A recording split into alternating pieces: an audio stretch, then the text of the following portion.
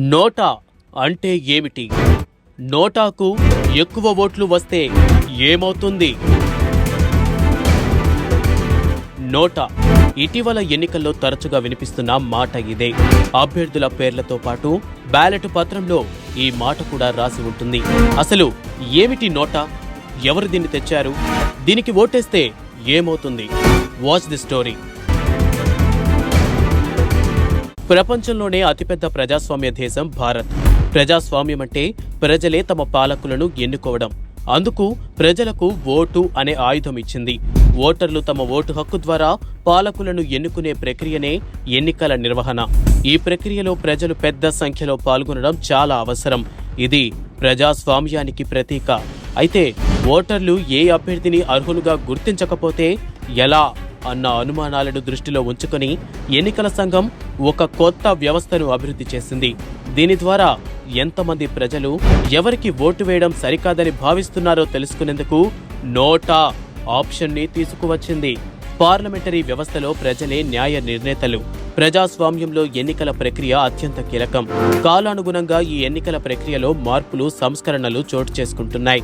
వివిధ రాజకీయ పార్టీల తరపున పోటీలో నిలిచే అభ్యర్థులతో పాటు స్వతంత్ర అభ్యర్థులు ఎన్నికల్లో పోటీ పడుతూ ఉంటారు. వారిలో ఓటర్లు తమకు నచ్చిన వారికి ఓటేయడం, అలా ఎక్కువ ఓట్లు వచ్చిన వారిని విజేతగా ప్రకటించడం జరుగుతుంది. ప్రజాస్వామ్యంలో మెజారిటీ వ్యక్తుల అభిప్రాయం ప్రకారమే నడుచుకోవాల్సి ఉంటుంది. కానీ ఈ ప్రక్రియలోనూ కొన్ని లోపాలు కనిపిస్తాయి. ఉదాహరణకు 100 మంది ఓటర్లు ఉన్న ఓ నియోజకవర్గంలో 4-5 పార్టీలు, ఒకరిద్దరు స్వతంత్రులు పోటీ చేస్తే వారిలో ఒక అభ్యర్థికి 25 ఓట్లు, మిగతా అభ్యర్థులు స్వతంత్రులకు 20 ఓట్ల కంటే తక్కువ వచ్చాయని అనుకుందాం.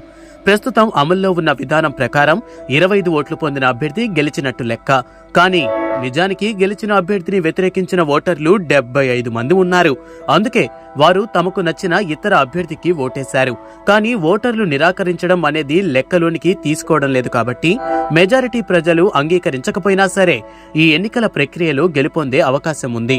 ఇంతకుముందు పోటీలో ఉన్న అభ్యర్థులెవరూ ఓటర్కు నచ్చలేదంటే తన వ్యతిరేకతను తెలియచేయటానికి ఒకటే మార్గం ఉండేది.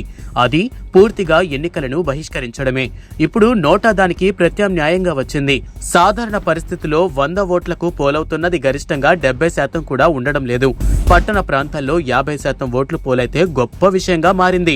ఇలాంటి పరిస్థితుల్లో ఓటర్లు తమకు అభ్యర్థులు నచ్చలేదని ఓటేయడం మానేస్తే ప్రజాస్వామ్య దేశంలో ఆ ఎన్నికలకు అర్థం లేకుండా పోతుంది. అందుకే అభ్యర్థులు నచ్చకపోయినా సరే ఓటరు తమ ఓటు హక్కు వినియోగించుకుంటూ తన అభిప్రాయాన్ని తెలియచేయటానికి కేంద్ర ఎన్నికల సంఘం తీసుకొచ్చిన సరికొత్త అవకాశమే నోటా. నన్ ఆఫ్ ది అబోవ్ అనే పదానికి సంక్షిప్త రూపమే నోటా. అంటే పైన ఉన్న అభ్యర్థులు ఎవరూ కాదు అని దాని అర్థం. అభ్యర్థుల పేర్లతో పాటు నోటా కూడా ఒక గుర్తు కలిగి ఈవీఎంలో అన్నిటికంటే చివరన ఉంటుంది. అభ్యర్థుల జాబితాలో ఏ ఒక్కరూ నచ్చలేదని అనుకున్నప్పుడు ఓటరు ఈ నోటాకు ఓటు వేయవచ్చు.